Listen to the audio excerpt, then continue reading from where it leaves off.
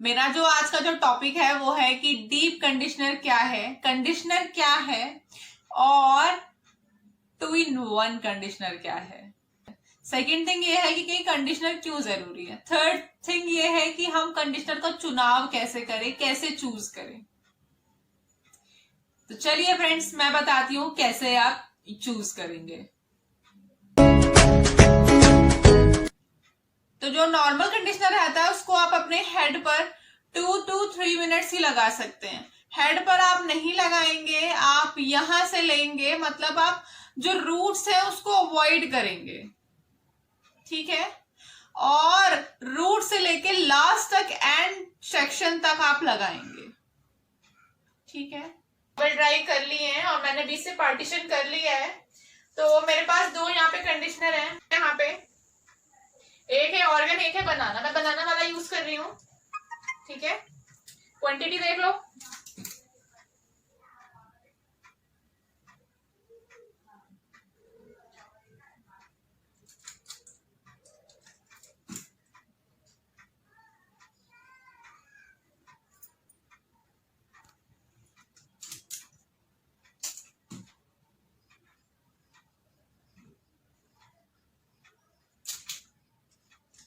Last में and मत भूलना, यहाँ पे दो मुंह है बाल और अनहाइड्रेट हेयर यहीं पर ही होते हैं, ठीक है। उसके बाद आपको कॉम्ब करना है। कॉम्ब बहुत हल्के हाथ से करना है, बाल को उलझाना नहीं है, ठीक है। ऐसे कॉम्ब करते जाना है, ऐसे पूरे हेयर आपको कॉम्ब कर लेने हैं।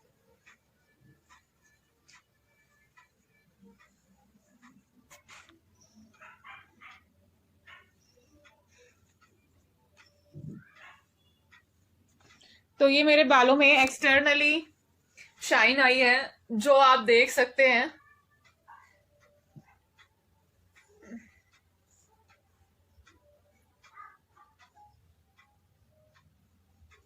एक्सटर्नली हाइड्रेट और हेल्दी हेयर लग रहे हैं, ठीक है। तो आप भी ऐसे ही कर सकते हैं अपने हेयर को हाइड्रेट करने के लिए, मॉइस्चराइजर करने के लिए और डैमेज से बचे रहने के लिए। ऐसे बाल आपके कम उलझेंगे। तो हेड टच नहीं करना है नॉर्मल कंडीशनर में, ठीक है। तो आपके बालों में ऐसे ही शाइन आ जाएगी, ठीक है फ्रेंड्स।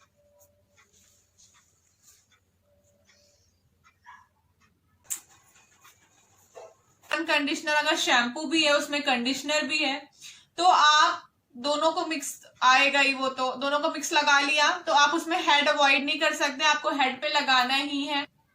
डीप कंडीशनर क्या है, आप जब सैलून से स्पा लेते हैं, ठीक है, और स्पा लेते हैं और फिर जो पूरी जो प्रक्रिया जो प्रोसेस चलता है वो क्या है, डीप कंडीशनर, ठीक है। तो यहाँ पे आपको 30 मिनट अप्लाई करना रहता है पहले, फिर उसको स्टीम देनी रहती है, उसके बाद आपको वॉश करना रहता है। तो ये होता है डीप नरिशमेंट। चलिए तो मैं बताती हूँ कंडीशनर जरूरी क्यों है हमारे हेयर के लिए। क्योंकि उस टाइम हमारे हेयर से एक्सेसिव ऑयल जो आया था वो वॉश हुआ, जो हमारा डर्ट था, बाहर का जो डर्ट था वो वॉश हुआ, सब कुछ उसने वॉश करा, साफ करा और इसको रफ करा, ठीक है। तो जब रफ हो जाते हैं तो उसको मॉइस्चर और हाइड्रेशन की जरूरत होती है। तो आप होममेड कंडीशनर भी बनाकर लगा सकते हैं और आप परचेज भी कर सकते हैं। जब हम regular day to day life में लगाते हैं तो वो नॉर्मल कंडीशनर का प्रयोग करेंगे, और जब आप रेगुलर शैम्पू के साथ हमेशा आपको कंडीशनर नहीं लगाना है। अगर आप वीक में 2 बार अगर शैम्पू यूज करते हैं तो आप 1 बार वीक में कंडीशनर लगाएंगे। अगर आप वीक में 2 बार अगर शैम्पू यूज करते हैं तो 1 बार आप कंडीशनर लगाएंगे, ध्यान रखना, ठीक है। और सेकंड थिंग ये है कि कंडीशनर हमें जरूरी क्यों है, हमारे 2 मुंहे जो बाल हो जाते हैं ये वो भी कम करता है, ठीक है। और ये हमारे बालों को स्ट्रेट लुक देता है, शाइनी लुक देता है, और ये हमारे बालों के लिए बहुत जरूरी। अगर आपके बाल कलर्ड है तो आपको मॉइस्चर वाला, जो इसमें मॉइस्चराइजर हो, जैसे जोजोबा है, आर्गन ऑयल है, ये वाले कंडीशनर आपको प्रयोग करने चाहिए अपने हेयर में। अगर आपके नॉर्मल बाल हैं, कलर नहीं है उसमें, तो आप बनाना ले सकते हैं और भी बाकी सारे ले सकते हैं। हाँ, तो ड्राई हेयर वालों को भी ऑर्गन ऑयल और जोजोबा ऑयल वाला ही कंडीशनर का प्रयोग करना चाहिए, जिससे उनके बाल में शाइन इंक्रीज हो। जैसे वो धोने के बाद बहुत घुंघराले घुंघराले हो जाते हैं, उसमें कोई चमक नहीं रहती है, तो उसमें चमक इंक्रीज करने के लिए, शाइन इंक्रीज करने के लिए आप जोजोबा ऑयल है, कैस्टर ऑयल वाले जो कंडीशनर है, आप उनका प्रयोग करें, जिससे उसमें शाइन ऐड हो और वो बाउंसी लगे।